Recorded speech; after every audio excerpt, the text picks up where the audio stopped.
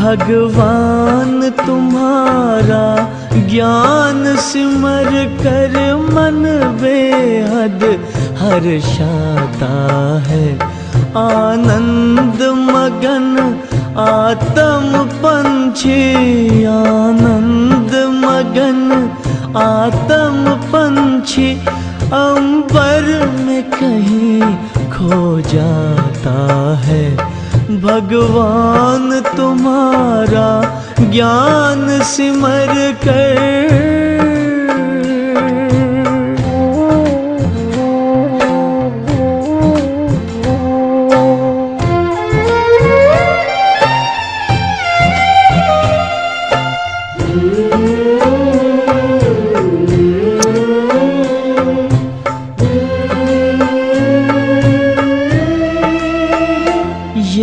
परम ज्ञान अब तक न पढ़ा न लिखा गया है किताबों में। भगवान पढ़ाएंगे सम्मुख, सोचा ना देखा ख्वाबों में।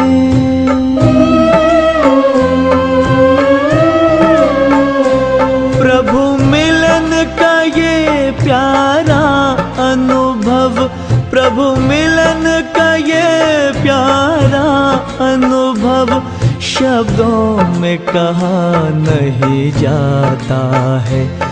भगवान तुम्हारा ज्ञान सिमर कर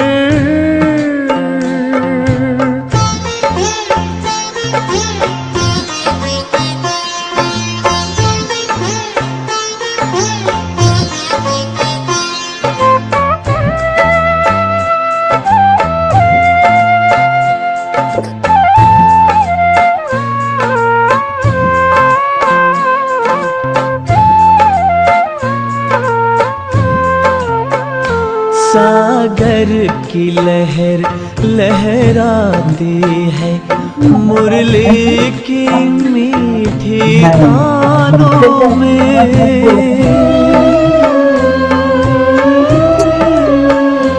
ये इंद्रधनुष के रंगों से भरती है उमंगे प्राणों में।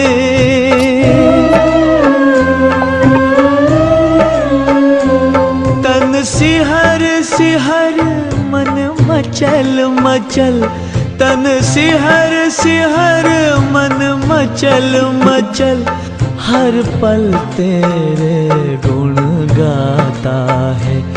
भगवान तुम्हारा ज्ञान सिमर कर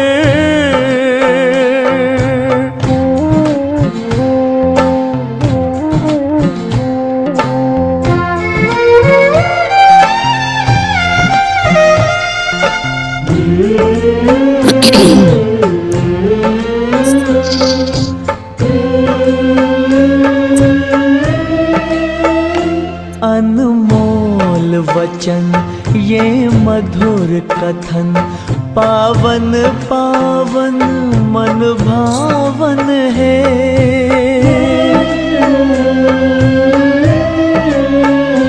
विश्वास चमकता जीवन में, मन आंगन में सुख सावन है।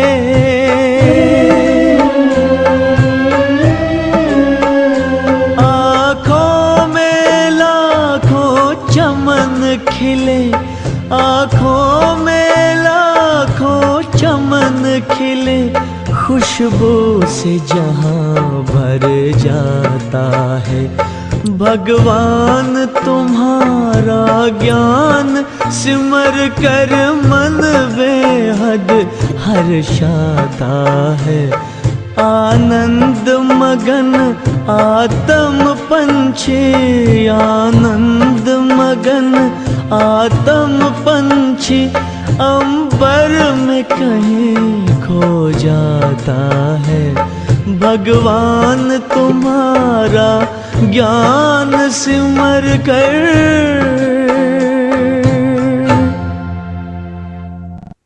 अगर आप अचार खाने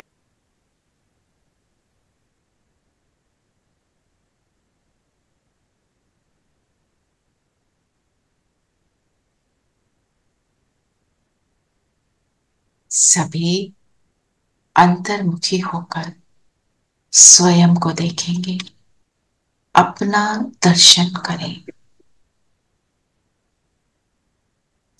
इस शरीर के भव्य भाल पर मैं जगमगाता सितारा,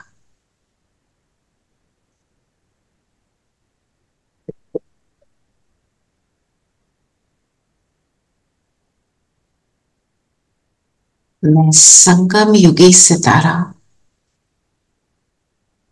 संगम योग की सर्व प्राप्तियों को अनुभव करने वाला एवर हेल्दी सितारा,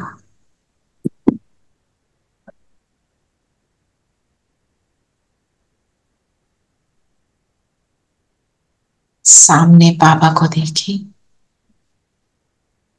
बाबा मुझे मुरली को अध्ययन करने के लिए मेरे साथ आए, मुझे समझाने के लिए आए। इस फीलिंग में आ जाए। यहाँ सड़ गया था पैर, अच्छा थोड़ा कांटा लग गया था।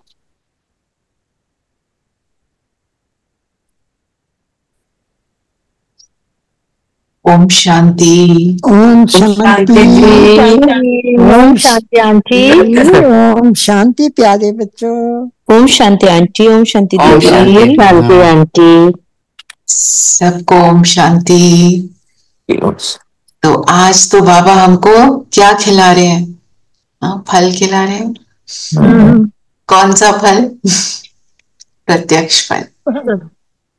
तो जो आज का वरदान है उसके ऊपर ही चिंतन ये चल रहा था, जो बाबा ने कहा। एक बार पढ़ोगे जी? वरदान पढ़ोगे? आंटी पढ़ो। अनम्यूट करो, अनम्यूट। वो उनका वीडियो भी ऑफ हो गया। मैं पढ़ू। श्रेष्ठ प्राप्तियों के प्रत्यक्ष फल द्वारा सदा खुशहाल रहने वाले एवर हेल्दी भव। तो संगम योग में प्रत्यक्ष फल, क्योंकि हमारे 4 सब्जेक्ट हैं: ज्ञान, योग, धारणा, सेवा। जैसे ही हम ज्ञान को सुनते हैं हमें क्या अनुभव होता है? खुशी होती है ना। तभी तो रोज बैठकर मुरली सुनते हैं, फिर उसका चिंतन भी कर लेते हैं। और आप एक और बात नोटिस करना, जैसे ही आप ज्ञान का चिंतन करने बैठते हो, सपोज योग से पहले आपका योग लगना शुरू हो जाता है। एक ये प्रत्यक्ष फल। फिर जब योग करते हैं तो बाबा के साथ का जो अनुभव है वो भी हमारे को हैप्पीनेस देता है, सेटिस्फैक्शन देता है। जो देता है वो, जैसे कहते हैं ना, शब्दों में नहीं कहा जाता है ना। फिर हम ज्ञान और योग के बाद धारणा करने की कोशिश करते हैं सारी बातों की। हम कुछ भी धारण कर लेते हैं तो उसके बाद हमारा अनुभव क्या होता है? हमें उसकी बहुत हैप्पीनेस मिलती है कि मैं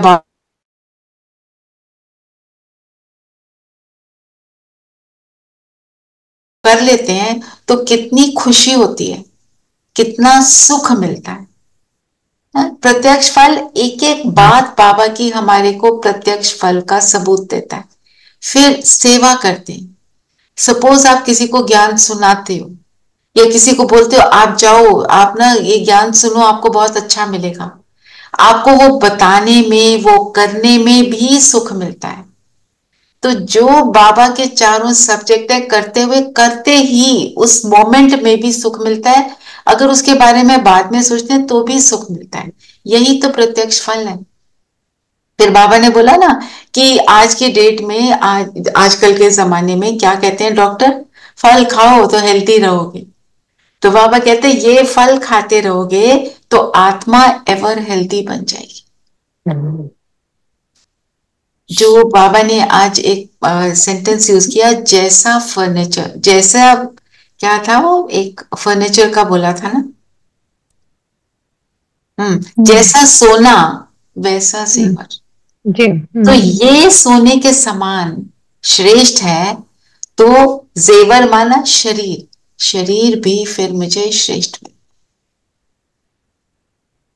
तो कितना ब्यूटीफुल है कि बाबा की बात को इतना सा भी फॉलो करना शुरू करते हैं, हम सुखी होना शुरू हो जाते हैं, है ना। और सिर्फ अभी सुखी नहीं होते, जो सुख, जिस सुख को हम अभी अनुभव करते हैं ना, वो हमारे को सतयुग में जाकर वो मैनी फोल्ड्स मिलता है। अभी तो हम इस मोमेंट पे कर रहे हैं, संगम युग छोटा सा युग है, फिर उसका जो एक्चुअल हमें मिलता है वो है सतयुग त्रेता, इनफैक्ट पूरे कल है? तो ये थोड़ा वरदान को आज थोड़ा सा ज्यादा चिंतन उसका चला, इसलिए उसको पहले लिया। जी अब बताओ क्या लक्ष्य क्या लिया आज, क्या बन रहे हैं? देवी देवता बन रहे हैं और विष्णुपुरी में जाना है। विष्णुपुरी में जाने के लिए देवी देवता बन रहे हैं। किसी ने कुछ ऐड करना है?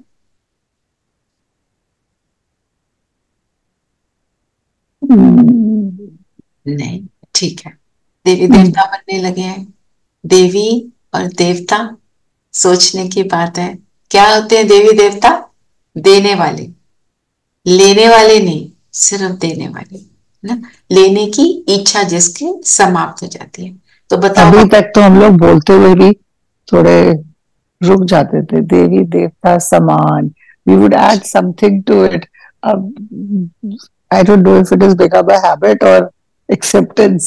नहीं, it's acceptance, it is acceptance. धीरे धीरे बाबा को सुन सुन के हम बनते हैं। बहुत सारी चीजें देखो हम पहले नहीं एक्सेप्ट करते थे, कर रहे हैं ना। ड्रामा को एक्सेप्ट करना सबसे डिफिकल्ट होता है।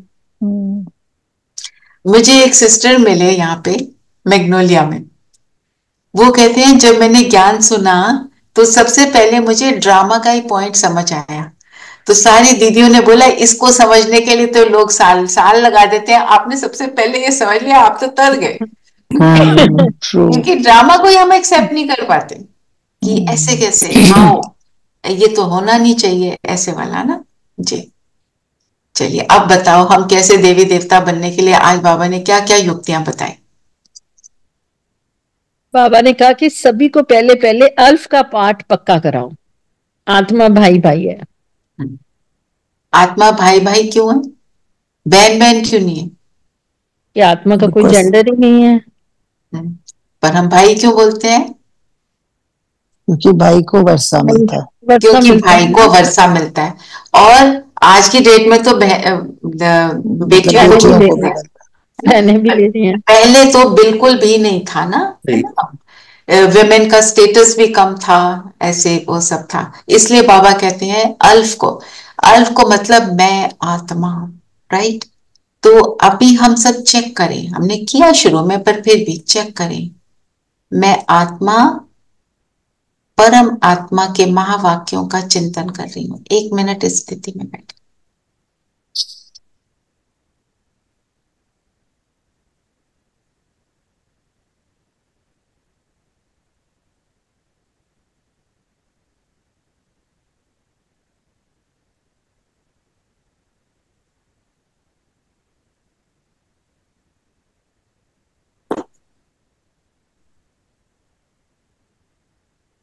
ठीक है, तो चलिए,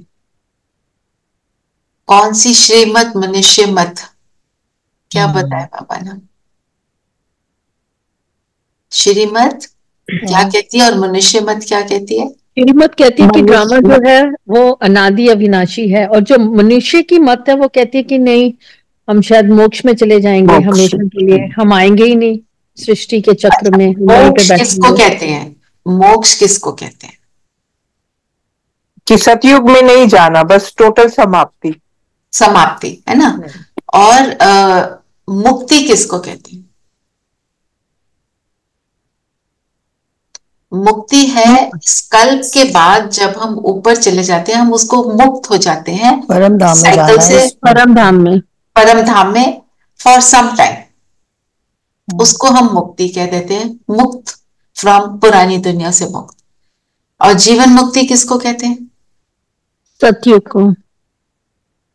हाँ, जीवन में रहते हुए जीवन थोड़ा में एक्सप्लेन करो। हाँ, जीवन में रहते हुए भी तुम न्यारे और प्यारे, मतलब तुम्हें उस कर्म का कोई भी तुम्हारे ऊपर प्रभाव नहीं पड़ेगा, क्योंकि तुम सब 16 कला संपन्न संपूर्ण हो।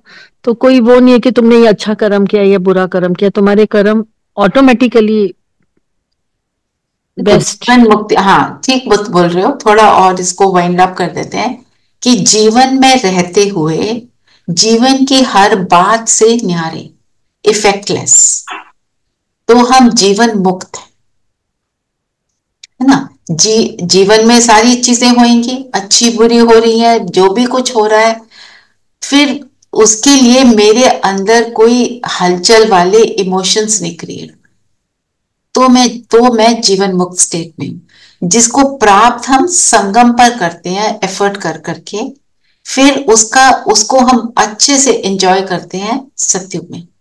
सतयुग में हम सब आत्मिक स्थिति में हैं, वहां पे ये जो कहते हैं ना अटैचमेंट, ये वाली चीजें नहीं है, वहां है लव।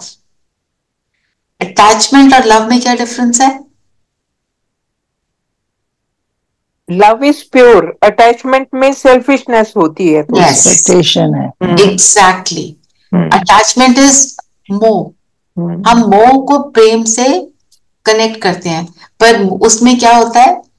मेरा बच्चा, मेरा शरीर, मेरा जो भी कुछ मेरा है, फिर उसमें वो जो मेरा है वो मेरे हिसाब से नहीं चलता, फिर मैं परेशान होती। और लव में क्या है?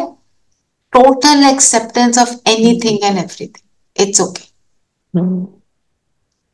ठीक है, तो श्रीमत क्या कहती है कि ड्रामा, अनादि ड्रामा चल रहा है और ये अविनाशी है, ये चलता रहेगा, हर एक को इस पार्ट में आना ही है, कोई भी टोटली फ्री नहीं हो सकता। तो बाबा ने हमें क्या समझाया? कई आत्माएं बिल्कुल फर्स्ट डे आएंगी, कोई सेकंड डे आएंगी, ऐसे करके, पर कोई आत्माएं ऐसी भी हैं जो सिर्फ अब संगम के अंत में बस थोड़े दिन को आएंगी, कुछ सेकंड को आएंगी। वो आत्माएं कमजोर होंगी, कुछ भी नहीं, ना देखा ना सुख, कुछ भी तो देखा नहीं, राइट। तो वो आत्माएं वो हैं जिनको मोक्ष की तमन्ना होती, मोक्ष मिल जाए, मोक्ष मिल जाए, तो वो वहीं बैठी रहती।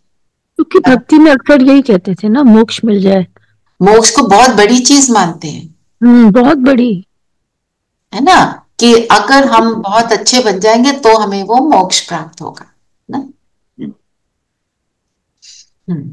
तो फिर और बाबा ने ये और भी क्या बोला? श्रीमत तुम्हें श्रेष्ठ बनाती है, मनुष्य मत तो अनेक प्रकार की है। तो श्रीमत का मतलब ही है जो है। आज का वरदान क्या है? एक पढ़ो मम्मी, एक बार। श्रेष्ठ प्राप्तियों के प्रत्यक्ष फल द्वारा सदा खुशहाल रहने वाले, एवर हेल्दी भव। प्रत्यक्ष फल मतलब कितनी इंपॉर्टेंट बात है कि श्रीमत पर चलते हैं तो उसी सेकंड हमारे को अच्छी फील आती है, और वो अच्छी फील चलती है 5000 वर्ष। हाँ, वो 5000 साल बाद ही मिलेगी। नहीं, और 5000 वर्ष हमारी अच्छी फील रहती है, हम अच्छे रहते हैं। हम सतयुग से शुरू होते हैं ना, द्वापर में भी हम राजा महाराजा बनते हैं, हम ऐसे ऑर्डिनरी नहीं होते। आज की डेट में भी देखो, क्या आप ऑर्डिनरी जीवन जी रहे हो? Compare yourself to the rest of the population. I think हम टॉप 5% है, बहुत फर्क है उनके खान पान, रहन सहन। 5% ऐसे हैं, कितनी बड़ी बात है ना। तो इसलिए वो श्रीमत को फॉलो किया हुआ है, मेरी विजय हुई थी इसलिए मेरे को ये सब मिल रहा है। तो आज तो बाबा ने पूरे ज्ञान को पूरा हमें समझा दिया, नटशेल में याद करा। चलो सुनाओ क्या क्या बताया बाबा ने। सबसे पहले क्या करना है? बाप का परिचय देना है। ब्रदरहुड, फादरहुड बताओ। ब्रदरहुड का मतलब क्या है? परिवार, सोल्स। मतलब सब कुछ छोड़कर खुद को आत्मा समझो। सब कुछ, हाँ, आत्मा समझ रहे हैं और दूसरे को भी आत्मा समझ रहे हैं। हम आत्माएं हैं, सब भाई हैं, फिर भाई हैं। और हम सब में परमात्मा नहीं है, हम सब फादरहुड नहीं है। बाबा कहते हैं अगर मैं तुम्हारे में भी आ जाऊं, तुम भी फादर, सामने वाला भी फादर, वर्षा किसको मिलेगा? फादरहुड माना परमात्मा एक ही है, फादर एक ही है, God father is one, only one. हम सब में परमात्मा नहीं है। तो ये इसमें से हमें बाबा कहां ले गए? सर्वव्यापी की बात, कि मैं सारी जगह नहीं, सर्वव्यापी की सारी बातें सुनाओ। क्यों नहीं है बाबा सर्वव्यापी? क्या क्या सिद्ध करता है? वो सर्वव्यापी नहीं है, वो तो एक ही है। वो हम सबके फादर हैं और हम सब उनके श्रीमत पे चलने वाले हैं, बच्चे, सब आत्माएं। और अगर सर्वव्यापी होते अगर परमात्मा सर्वव्यापी अगर होते तो फिर तो ये युग भी नहीं होने थे, हमेशा ही सतयुग होता, सभी अच्छे होते, सभी परमात्मा, कोई गलत होना ही नहीं था। गलत बात हो ही नहीं सकती। मेरे में परमात्मा, तेरे में परमात्मा, तो एक इंसान दूसरे को चीट कर रहा है, ना चीटिंग होगी, ना कोई चीट हो पाएगा, बिकॉज उसमें तो परमात्मा बैठा है। और बताओ क्या सिद्ध करता है कि सर्वव्यापी नहीं है? जो हमने ज्ञान में सुना था पहले कोर्स के टाइम, मंदिर है ना, मंदिर बनाने की क्या जरूरत है फिर? बिल्कुल, अगर मंदिर बनाए हैं तो इसका मतलब यू वांट अ प्लेस जहां पे हम कहते हैं भगवान को प्लेस कर रहे हैं। और सब ऊपर देखते हैं पूरे वर्ल्ड में, सब ऊपर, रिलीजन्स, ऑल रिलीजन्स, बिल्कुल। कभी कहते हैं सामने वाला, ऊपर वाला, और हाथ से भी इशारा ऊपर की तरफ इशारा करते हैं, इशारा ऊपर की तरफ। क्योंकि हम सब में तो विकार हैं, पुरुषों में 5 विकार, औरतों में 5 विकार, तो बाबा तो ऊपर है ही है। तो we are learning from him, right now we are learning from him जी। हम बुलाते, बिल्कुल, आप आओ, हम पतितों को पावन बनाने, है ना। दुखी होते हैं तो उसी को पुकारते हैं ना। ये सारी बातें क्या सिद्ध करती हैं? कि परमात्मा सर्वव्यापी नहीं। पर सर्वव्यापी की थ्योरी क्यों निकली? क्योंकि वो जब जो बुलाता है वहां आ जाते हैं, तो पीपल अज्यूम्ड कि वो सब जगह है। हाँ, वो आ जाते हैं, सिंबॉलिकली है कि मैं प्यार से बुलाती हूँ तो वो आ जाते हैं। पर धर्म पिताओं ने क्यों बोला सर्वव्यापी?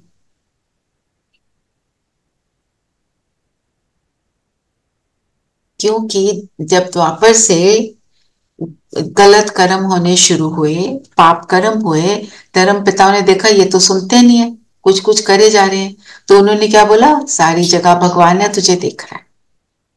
तो डर के मारे, फियर से उन्होंने सोचा परमात्मा मुझे देख रहा है।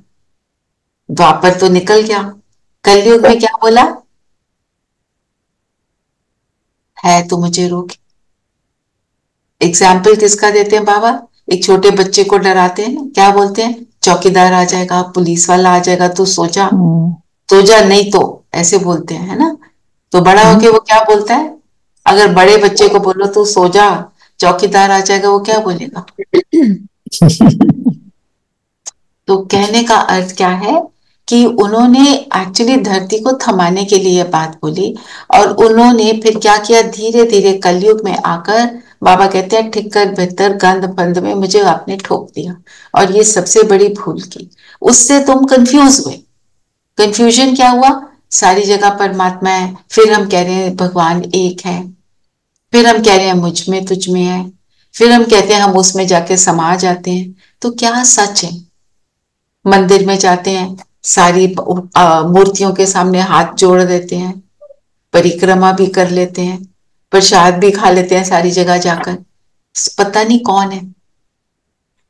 क्योंकि जब पहले तो शिव की पूजा की, फिर उस पर फोकस नहीं कर पाए, फिर क्योंकि खुद को शरीर सोचा तो परमात्मा को शरीर में ढूंढा।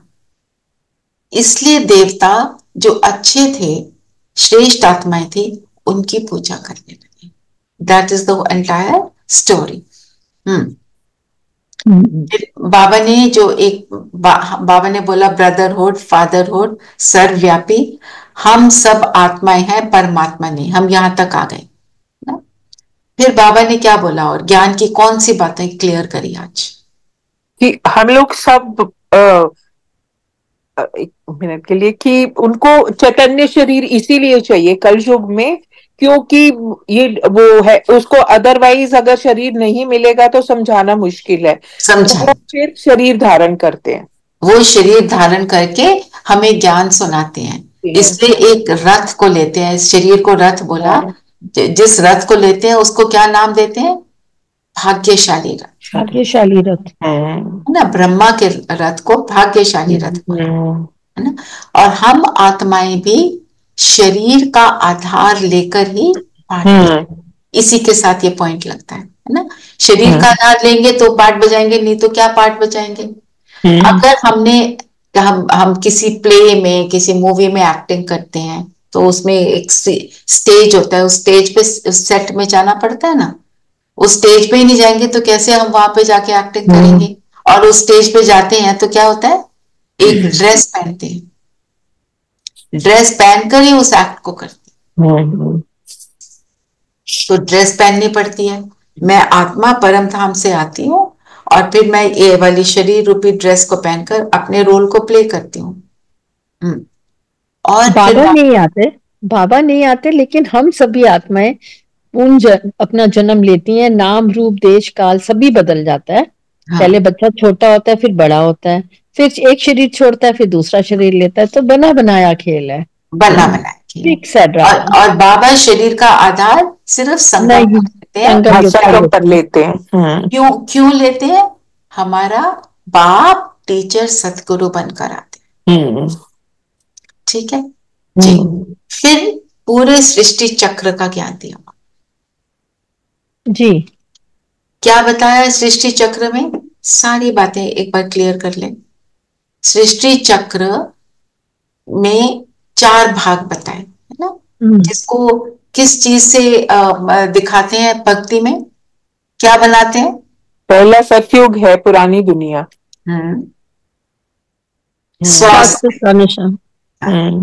स्वास्थ्य क्या दिखाते हैं? मैं एक मिनट निकाल देती हूँ।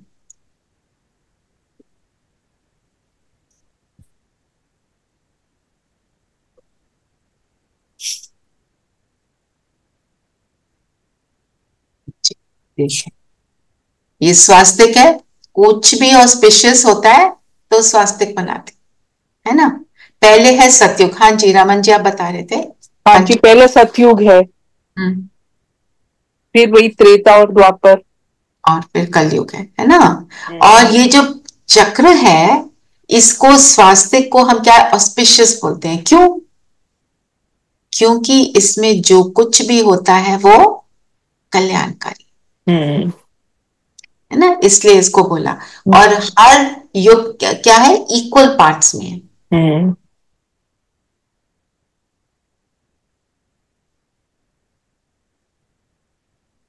ठीक है। तो ये बाबा ने चक्र का ज्ञान दिया कि कैसे हम पहले 16 कला संपूर्ण है, फिर 14 कला, फिर द्वापर 8 कला। मतलब चीज पुरानी हो जाती है। जैसा सोना वैसा जेवर, शरीर भी वैसा ही मिलता है। सतयुग में एवर हेल्दी है, त्रेता में भी हेल्दी है, आत्मा हेल्दी है तो शरीर हेल्दी है। द्वापर ऑनवर्ड्स दुख बीमारी आना शुरू हो जाती है। और कलयुग के अंत में आज की डेट में देख रहे हो कितनी बीमारियां आ रही हैं। अनहर्ड ऑफ बीमारीज, छोटे छोटे। अब तो एक ही, दो या एक ही कला में ही रह गए हैं, पर संगम युग में फिर चढ़ना शुरू हो जाते हैं हम लोग। संगम युग में चढ़ना शुरू हो जाते हैं ना। हाँ जी, ये लाइन बहुत अच्छी लगी, सूर्यवंशी जैसे होते हैं, तो फिर चंद्रवंशी जैसे, सूर्यवंशी तो विष्णुपुरी है, अब फिर चंद्रवंशी में फिर राम सीतापुरी हो जाती है। राम सीतापुरी, पर राम भी कोई कम नहीं थे।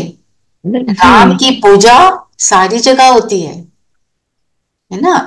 लक्ष्मी नारायण 16 कला, राम 14 कला, मर्यादा पुरुषोत्तम बोलते हैं।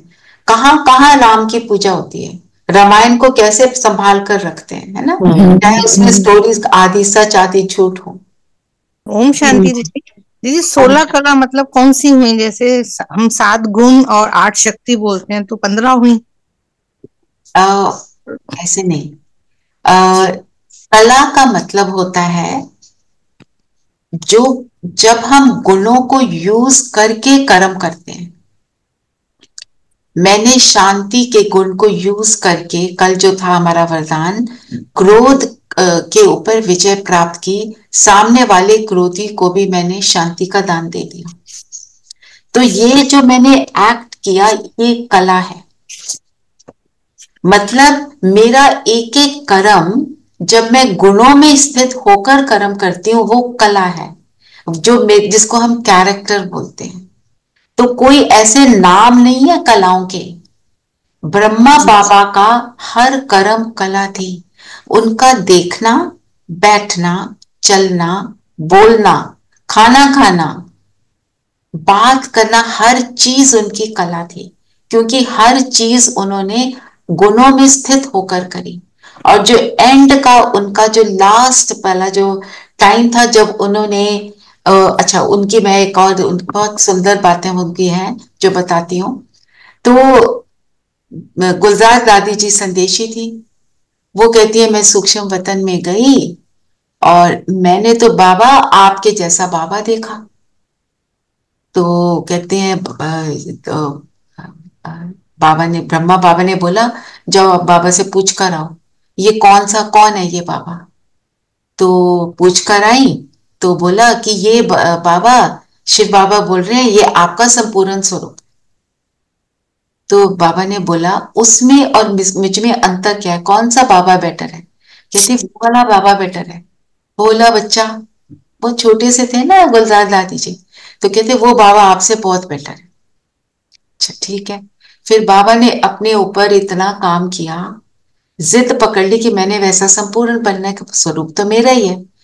फिर वो जब वो संपूर्ण बन गए, फिर दादी जी को एक बार फिर बार बार भेजते थे, पूछते थे कि क्या अंतर है। फिर बाबा, जब दादी ने बोला आप में और उनमें कोई अंतर नहीं रह गया, तो उनकी कौन सी स्टेज हो गई, फाइनल ब्राह्मण से फरिश्ता। अब वो फरिश्ता बन गए। जब वहां पे जो दादियां थी वो बोलती हैं, वो खड़ाऊं पहनकर चलते थे, आवाज नहीं आती थी। खड़ाऊं लकड़ी के होते हैं, जोर से आवाज आती है। और कई बार वो कहते हैं हमने उनको देखा है जैसे पैर धरती पर नहीं है, असल में फरिश्ता बन गए, मन बुद्धि एकदम लाइट फिर बाबा के साथ। तो संपूर्णता, तो ये फुल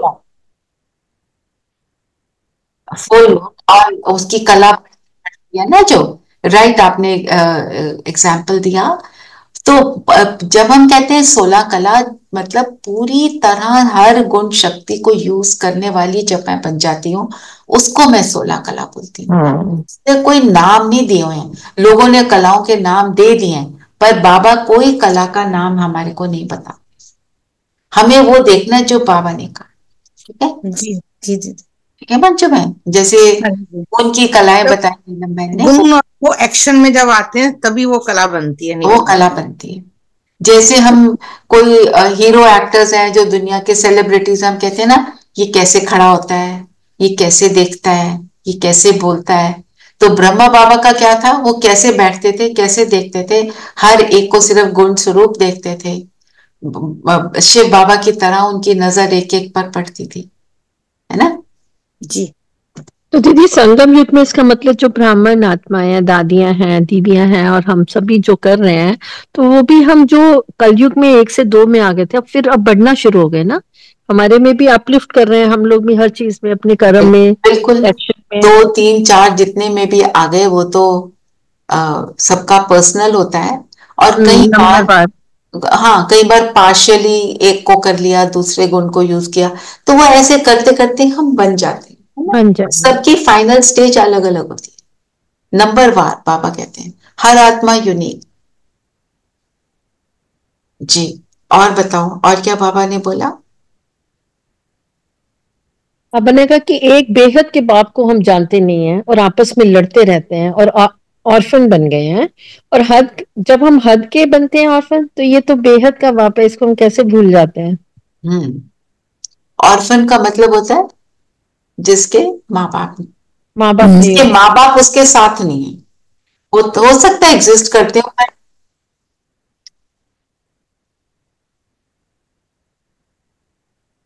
ठीक है ना। तो माना, जब जब हम कलयुग में हैं, कलयुग का मतलब क्या है? मेरे कर्म विकर्म बन रहे हैं। सत्युग का मतलब क्या है? मेरे कर्म अकर्म है। कर्म विकर्म अकर्म, अब इनको समझते हैं।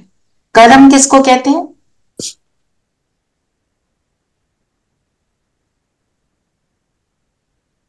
जो हम एक्शन में लाते हैं, संस्कार, जैसे हमने सोचा, फिर उसको विजुलाइज किया हमने, फिर उसको एक्शन में लाए। नॉट नेसेसरली एक्शन में लाए। Any thought, word, any action यहां से गया, वो एक्शन बन गया। मैंने सोचा, कुछ भी सोचा, ये बहुत अच्छे हैं, ये अच्छे नहीं है, जो भी मैं सोच रही हूँ वो कर्म बन रहा है ना। यहां से जा रहा है बाहर, वो कर्म बन गया, वापस आता है, उसको हम क्या बोलते हैं? डेस्टिनी। ठीक है। फिर ये हो गया कर्म। फिर विकर्म किसको कहते हैं?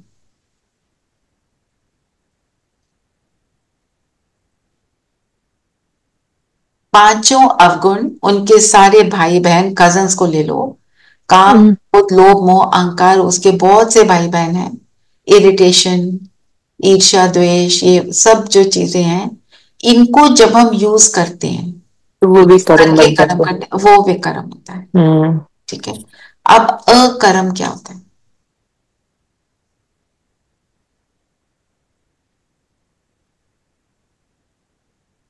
कर्म तो सिर्फ सतयुग में ही होते हैं ना, कि हमारे को उस कर्म का कुछ उसका मिलता नहीं है, जैसे कि हम, it comes back to you, क्योंकि वो सारे इतने अच्छे होते हैं, 16 कला संपन्न संपूर्ण, तो कोई भी उसका बैड इफेक्ट होता ही नहीं, सभी अच्छे हैं। नहीं, इसको थोड़ा सा और लिटिल करेक्शन। वहां अकर्म इसलिए है, हम जो अब कर रहे हैं, हम अब जो भगवान की मत पर चलकर श्रेष्ठ कर्म करते हैं, उसकी प्रारब्ध, उसका रिवॉर्ड है सतयुग और त्रेता। तो हम वहां पे रिवॉर्ड को खा रहे हैं। उस रिवॉर्ड को अगर खा रहे हैं, तो उसका तो कोई कर्म बनेगा ही नहीं। एवरी एक्शन इज परफेक्ट, उसमें कोई ऊंच नीच है ही नहीं, जीरो। तो उसका कुछ वापस मिलना वो होता ही नहीं, क्योंकि जैसे आपने एक एफडी कर ली, वो आपकी डबल हो गई, अब आप उसको खा रहे हो, वो ना बढ़ेगी ना घटेगी, मतलब जितना खाने बस उतनी यूज हो गई। जो हमें मिला है हम उसको ही यूज करते जा रहे हैं, आगे कुछ एफर्ट नहीं कर रहे। हाँ, मतलब फिर त्रेता के एंड तक वो सब खत्म हो जाता है, फिर द्वापर से नया हिसाब किताब शुरू होता है।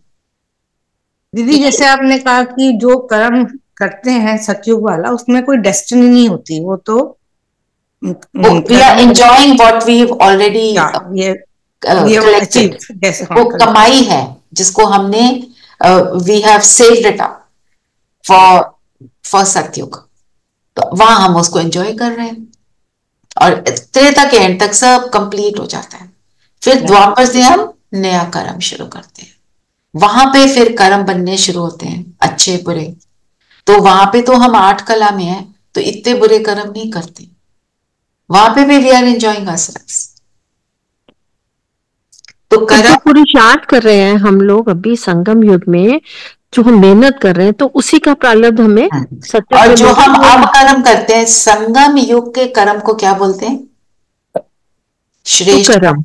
श्रेष्ठ सुकर्म। कर्म, सुकर्म भी बोल सकते, क्योंकि सिर्फ अभी यह कर्म हो सकता है। जी। ये कर्म अभी और कभी हो ही नहीं सकता। जब ज्ञान में आते हैं तो समझ आती है ना, हमें पहले तो समझ ही नहीं थी। और पुण्य कर्म किसको बोलते हैं?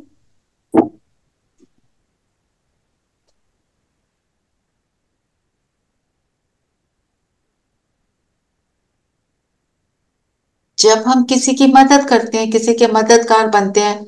कलयुग में भी हम पुण्य कर्म कर सकते हैं, द्वापर में भी कर सकते हैं, सत्य त्रेता में नहीं कर सकते, क्योंकि वहां कोई दुखी ही नहीं है, जैसे आपने बताया था ना रेणु बहन।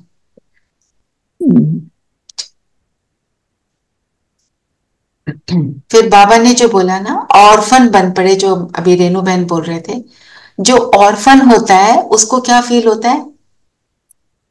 कंफ्यूज होता है ना, कौन है मेरे माँ, पता ही नहीं। तो वो हेल्पलेस, हेल्पलेस, कंफ्यूज्ड। पर जब उसको माता पिता मिल जाते हैं तो वो कैसा हो जाता है? सडनली मिल गए। जैसे हमको अभी मिले हैं, बाबा मिल गए, तो बहुत सिक्योर होते हैं और निश्चिंत हो जाते हैं। निश्चिंत हो जाते हैं, सब चीज उस तो पर। हम बेफिक्र बादशाह। बेफिक्र बादशाह।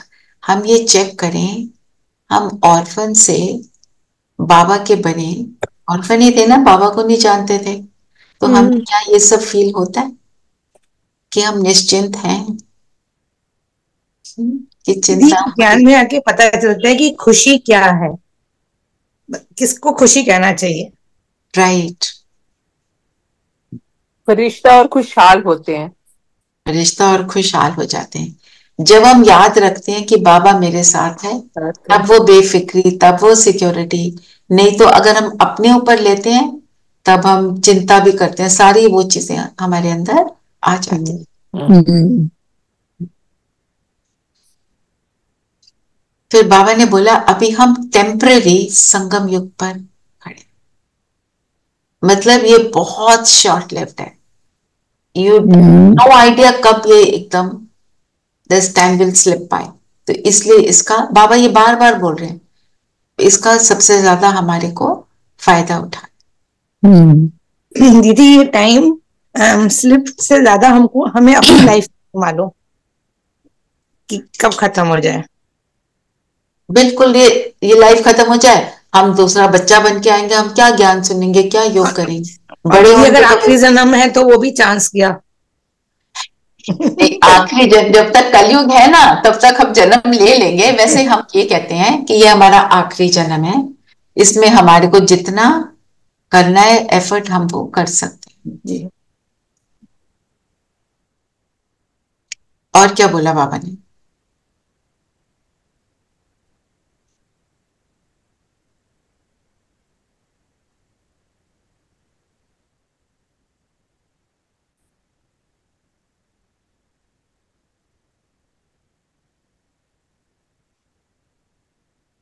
दूसरों की सुनते रहते हैं ना, कोई बोलता वहां क्यों जा रहे हो, मैं आपको बताता हूं ना, आप ऐसे करो, आप इस जगह जाओ, आप उस जगह जाओ, वो एक बाबा आया हुआ है, वो आपके सारे दुख खत्म कर देगा। तो जो असली चीज है उससे फिर वंचित रह जाते हैं। तो उनको पता भाई उसको ही चांस मिलेगा, है ना। बाबा जो दीदी ने कौन से पॉइंट पर एक बहुत ध्यान खिंचवाया, बाप कहते हैं मुझ एक अपने बाप को याद करो, मैं एक ही हूं। तभी पाप कटेंगे। तभी पाप कटेंगे और तभी सुखी रहेंगे, तभी सब कुछ होगा, क्योंकि वो साथ है तो सब कुछ है। और एक और बात जो बाबा ने आज फिर से ध्यान पे खिंचवाई, वो है मनुष्य सृष्टि का बीज रूप, और मेरा नाम सदैव शिव है। दोनों चीजों के अर्थ बताओ, लिंक्ड भी है एक तरीके से। बीज रूप मतलब बीज में सारी नॉलेज है पूरे झाड़ की। वृक्ष ह्यूमैनिटी का जो ट्री है उसके बारे में सब पता है, इसलिए वो बीज है ना। और बीज जो होता है कैसे होता है, कहाँ होता है? बीज को कहाँ डालते हैं? जड़ में, सॉइल के अंदर। तो वो दिखता नहीं है नीचे। जैसे ही उसमें से रूट्स निकलने शुरू होते हैं, पौधा बनना शुरू होता है, बीज बिल्कुल गायब हो जाता है। वो बीज की इच्छा नहीं होती कि मैं दिखाई दूं। बाबा भी ऐसे ही है ना, वो अपने आप को नहीं हमें दिखाता है, फिर हम जड़ रूप में उसके साथ होते हैं, फिर हम जब पत्ते बनते हैं तो दिखाई देते हैं सबको, और सब हमें बोलते हैं ये अच्छे, ये देवी देवता। बाबा बच्चों को आगे करते हैं। पर अभी अगर हमने अपने आप को वो बनाना है तो मैं उस बीज के साथ जुड़ी रहूं, मतलब मैं रूट बनी रहूं, उसके साथ निरंतर जुड़े। और उसके साथ जुड़ने में कोई हमारे को दिखाने की, कुछ बोलने की, कुछ करने की जरूरत नहीं। मैं जुड़ी हूं, मैं कर्म करते भी जुड़ी हूँ, कर रही हूँ मैं तो भी जुड़ी हूँ, किसी को नहीं पता मैं क्या कर रही हूँ। There is no chanting, there is nothing. सब कुछ गुप्त है, सब कुछ गुप्त है, और गुप्त में ही मजा है। देखो हमारे को भक्ति में भी कहते हैं गुप्त दान करो, पूजा करते हैं ना उसको भी बोलते हैं चुप रहो, बताना नहीं किसी को, नजर लग जाएगी। क्योंकि जब हम किसी चीज को ज्यादा बोलते हैं तो हम बोलने में ही रह जाते हैं, करना खत्म कर देते हैं। फिर बाबा ने बोला मेरा नाम सदैव शिव। शिव का मीनिंग क्या है? क्योंकि बाबा तो शरीर नहीं लेता, हमारे नाम बदलते हैं, हमारे नाम पड़ते हैं शरीर पर, तो शरीर बदले तो नाम बदलेगा। तो शिव का अर्थ क्या? कल्याणकारी, बिंदु, सदा, सत्य और इनफाइनाइट। से हम्म, कितनी लाइन निकलती है? इनफाइनाइट, है ना। इनफाइनाइट गुण और शक्तियों वाला। इसको सत्यम शिवम सुंदरम भी कहते हैं ना, सत्यम शिवम सुंदरम, है ना। बाबा ने बोला मैं सत्य हूं, शिव हूं और आनंद स्वरूप हूं। वो निरंतर वैसा है क्योंकि वो शरीर में आते ही नहीं।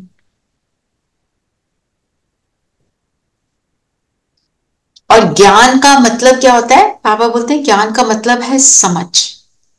तो फिर बाबा ने आज वो जो बोला ना, बेसमझ है तो जरूर दुखी होंगे, मतलब ज्ञान नहीं है तो दुख होगा, क्योंकि अंडरस्टैंडिंग नहीं है ना, ये मेरे साथ क्यों हो रहा है ना। जैसे फॉर एग्जाम्पल अब आप कोई इलाज करने जाते हो, ठीक है, आपके हाथ में कुछ जैसे कांटा भी चला गया, तो डॉक्टर क्या करेगा? उसमें कट लगाएगा, फिर उसको बाहर निकालेगा, बैंडेज लगाएगा, दर्द होगी।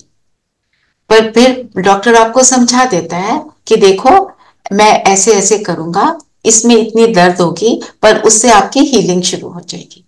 फिर मैं शांति से बैठकर उस ऑपरेशन को देखती हूँ कि इट्स ओके, मेरे को इससे, मैं इसी से ठीक होंगी।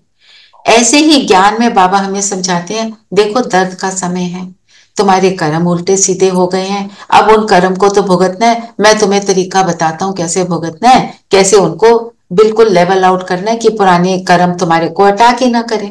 तो हम फिर वो करना शुरू करते हैं, हम ठीक हो जाते हैं, क्योंकि समझ मिल गई, है ना। ऐसे ही किसी की उंगली लेके उसको कट मार दो, वो क्या कहेगा? क्या कर रहे हो? चिल्लाएगा, गुस्सा भी होएगा, why why are you doing this to me. अब हमारे साथ बहुत कुछ हो रहा है, why it is happening now we know, तो हम उसमें शांत हो जाते हैं, चित्त को शांत कर लेते हैं। स्लोगन पढ़ेंगे? स्लोगन है सर्व की दुआओं के खजाने से संपन्न बनो तो पुरुषार्थ में मेहनत नहीं करनी पड़ेगी। हमारे पुरुषार्थ में जब विघ्न आते हैं, क्यों आते हैं? क्योंकि कहीं ना कहीं हमारे गलत जो कर्म पास्ट के हैं वो हमें अटैक करते हैं। योग नहीं लग रहा, मुरली का टाइम नहीं मिल रहा, ये नहीं हो रहा, वो नहीं हो रहा, ठीक है, पर हम जैसे हमने देखा हम तो लगे रहेंगे, तो दुआओं का खजाना कैसे भी जमा होगा? जब हम सुकर्म करेंगे। बिल्कुल, जब हम कल्याणकारी। बिल्कुल, और कल्याणकारी वृत्ति रखेंगे। मेरा एटीट्यूड हो कि मेरे को तो देना है बस, तब होगा। ठीक है, तो फिर हमारी एफर्ट भी इजी हो जाएगी, क्योंकि उस कर्म का क्या होता है। सपोज मैं बैठी हूं, मैं मनसा सेवा कर रही हूं, मैंने 1 मिनट के लिए शांति का दान फैलाया, जिस जिस आत्मा को टच किया उसको थोड़ी पता कौन बैठ के ये कर रहा है, हमें भी नहीं पता किसको टच कर रहा है। वो सूक्ष्म लेवल पे जा रहा है, सूक्ष्म लेवल पे मेरे से जा रहा है, और सूक्ष्म लेवल से उनकी दुआएं मिल रही हैं। हम कई बार कहते हैं ना, दिस वॉज गॉड सेंट, ये पता नहीं कैसे हुआ। वही, और हमारी जब वृत्ति, एटीट्यूड हमारा ये रहता है कि सबका भला हो, तो वो एटीट्यूड भी सबको टच कर रहा होता है। और अगर निरंतर रहता है तो निरंतर मैं दुआओं के खाते को जमा कर रही हूँ और अपने एफर्ट को इजी बना रही हूँ। चलिए योग करते हैं। सभी कंफर्टेबल हो। कल थर्सडे है, कोशिश करके सब जाएं प्लीज सेंटर पे। ठीक है, any help you need for directions where to go, I can give you that. ठीक है, और जो गुड़गांव में है, मेरे साथ कोई जाना चाहते हैं तो मोस्ट वेलकम। दीदी बाबा जीवन मुक्त और जीवन बंद में भी तो नहीं आते ना, किसी उसमें नहीं आते, क्योंकि वो जन्म मरण से न्यारे हैं। न्यारे हैं। ये भी पॉइंट आया है वैसे तो। हाँ जी, मंजू बहन आप चलोगे कल सेंटर? हाँ जी, या ज्योति? I leave my house at 6:15. But if you are joining me, I can go later according to your time. मुरली वहां पे 7 o'clock sharp शुरू हो जाती है। 7 to 8 रहती है मुरली। No, you can come a little later also. You just come before 7 बस। हाँ, I can send you the address. You can reach there straight also. Ji, okay, and the location वगैरह I can send you all of that. चलिए सब comfortable होकर बैठे। जी आज का मनन चिंतन और बताओ मनन चिंतन क्या करोगे? सर्वव्यापी के पॉइंट्स और निकालोगे? हमने 4-5 लिए हैं। ठीक है, 4 पॉइंट और निकालो। ठीक, कैसे पता चले बाबा सर्वव्यापी नहीं है? राइट। आशा दीदी ने बोला 100 निकालो। तो बोले आप, बिल्कुल। कोई बात नहीं, हम धीरे धीरे उसको बढ़ा लेंगे। और ट्रैफिक कंट्रोल पे अभी हम जो करेंगे उसको एंड में जो भी बताएंगे।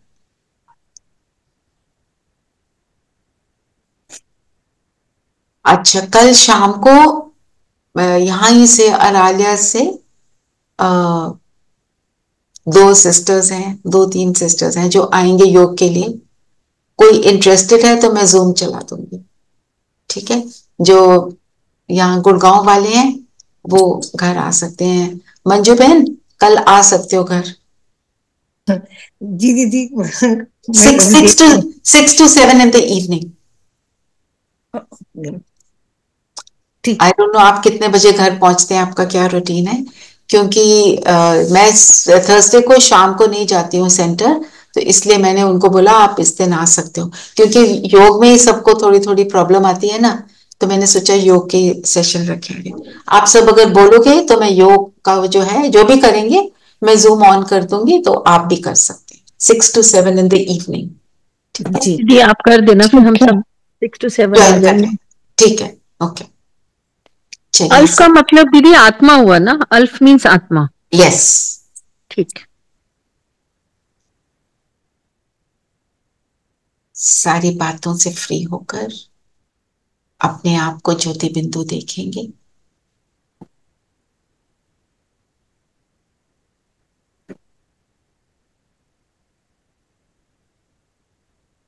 विजुअलाइज करें, एक कान से दूसरे कान तक एक इमेजिनरी लाइन ड्रॉ करें।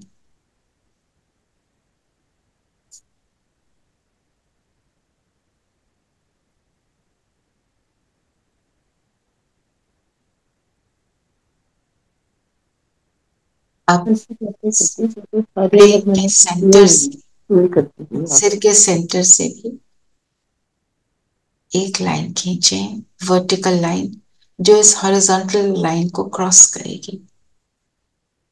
तो ये दोनों लाइनें मेरे ब्रेन के सेंटर में क्रॉस कर रही हैं।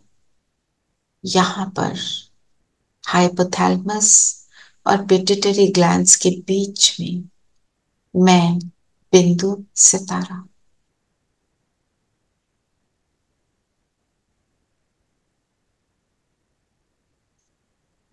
जगमगा रहा हूं।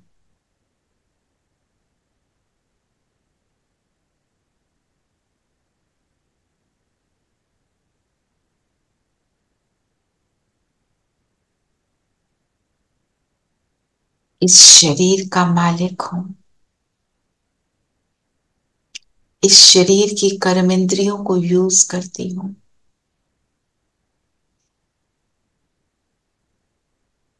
इन आंखों से देखती हूं। सामने के सीन को देखें।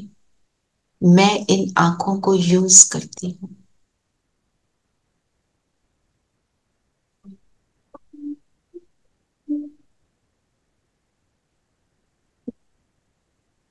कानों से सुनती हूं। कान मेरे इंस्ट्रूमेंट हैं।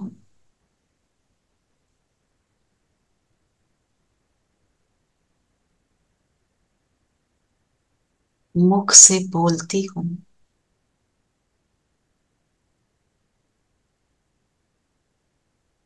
आसपास के टेम्परेचर को इस शरीर की त्वचा द्वारा एक्सपीरियंस करती हूं।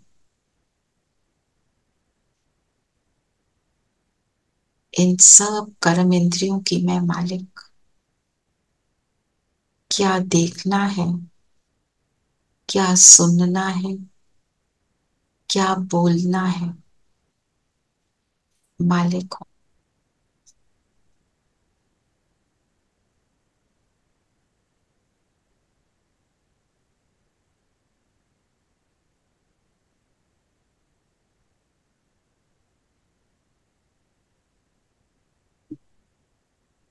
मैं मन, बुद्धि, संस्कारों की भी मालिक हूं। जो संकल्प चाहूं वही क्रिएट करती हूं। जिस संकल्प को विजुअलाइज करना चाहूं उसको विजुअलाइज करती हूं, निर्णय लेती हूं।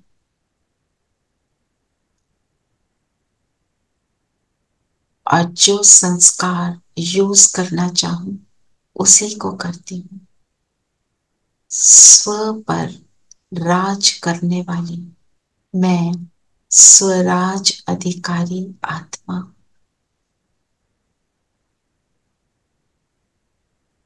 अपनी पावरफुल स्थिति में स्थित हूं।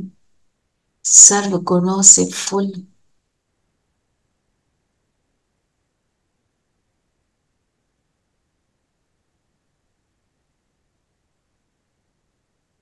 अपने प्रकाश को निकलता हुआ फील करें।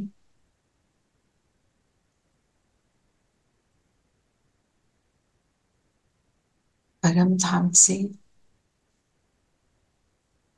बाबा की किरणें मुझ पर आने लगी। ऐसी स्थिति में मुझे देख मेरे बाबा बहुत प्रसन्न है और मेरा मन बुद्धि भी उनसे जुड़ गया। बाबा की किरणें मुझ पर और इन किरणों के बीच से मैं आत्मा ऊपर की तरफ एक पुल को फील कर रही हूं और मैं उड़ चलती हूं परम धाम। सुनहरा लाल प्रकाश।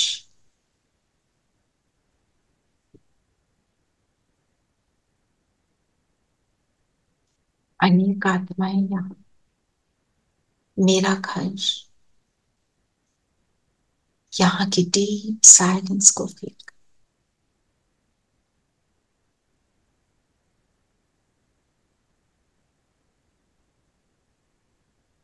सामने बाबा,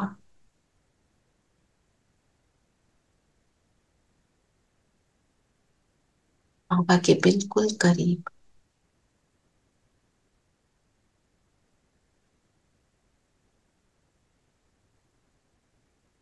मेरा बाबा, मुझे श्रेष्ठ प्राप्तियों का एक्सपीरियंस कराने वाला बाबा,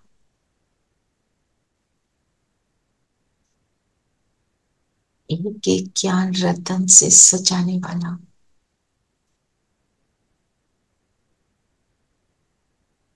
मेरे स्ट्रेसफुल जीवन को खुशहाल बनाने वाला,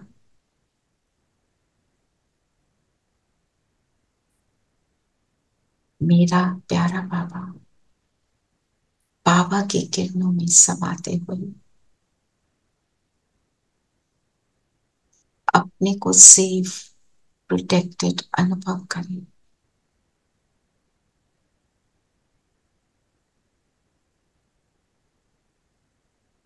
अपना घर, अपना पिता, अपने सब आत्मा भाई, इनके बीच अपनी सिक्योरिटी, अपने कंफर्ट को मैं फील कर रही हूँ।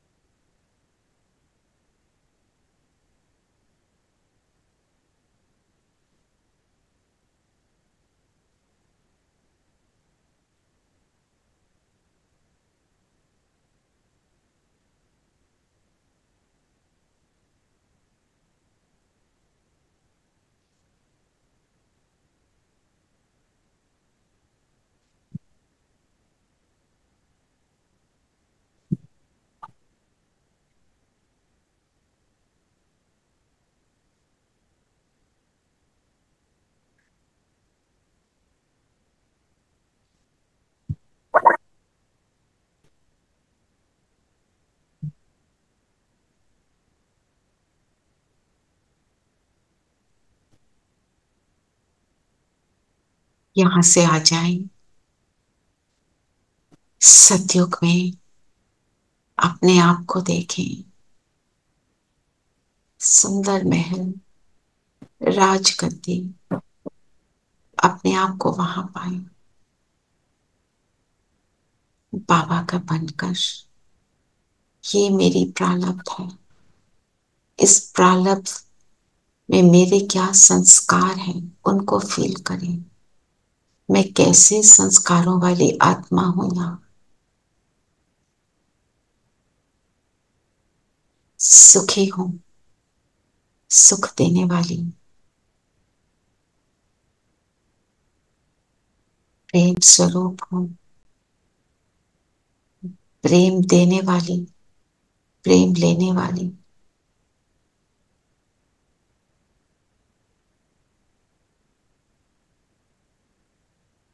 यहाँ की प्रकृति को देखें,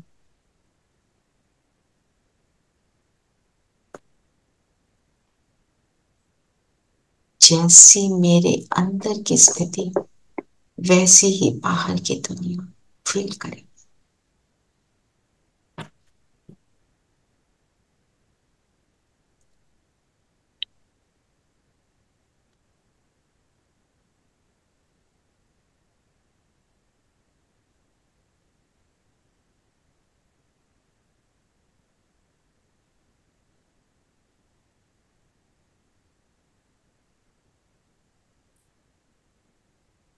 Introducing the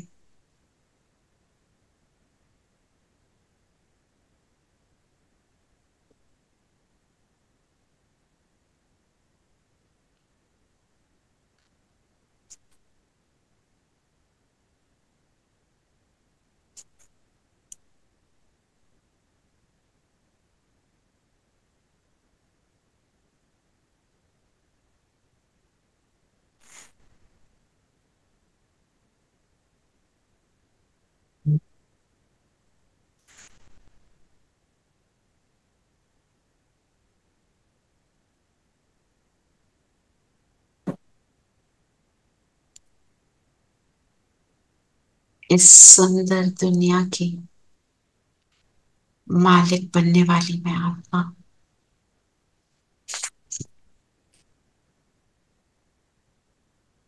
अपने आप से कहें, ये सभी संस्कार मुझ में हैं, मैं उनको इमर्ज कर रही हूं।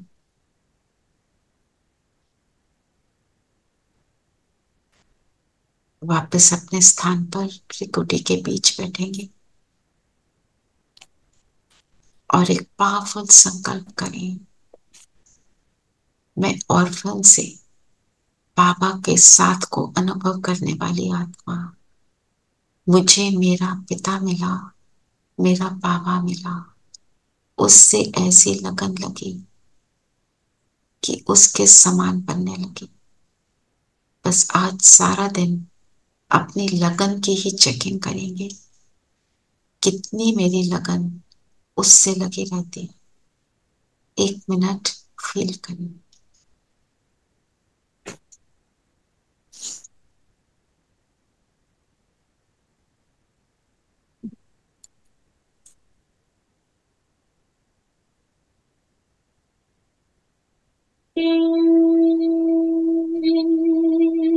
ऐसी लगी लगन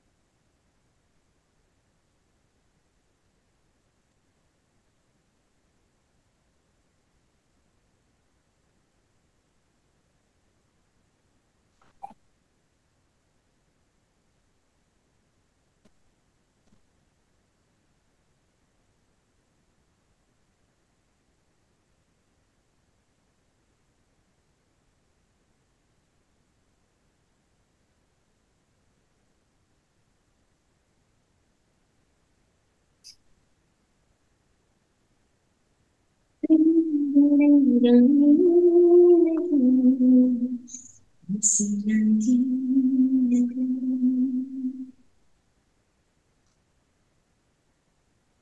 इसी स्थिति को बनाए रखेंगे, उस पाप को साथ रखेंगे जो मुझे ऐसा बना रहा है। ओम शांति। ओम शांति। ओम शांति ओम शांति जी। दीदी, ओम शांति। शांति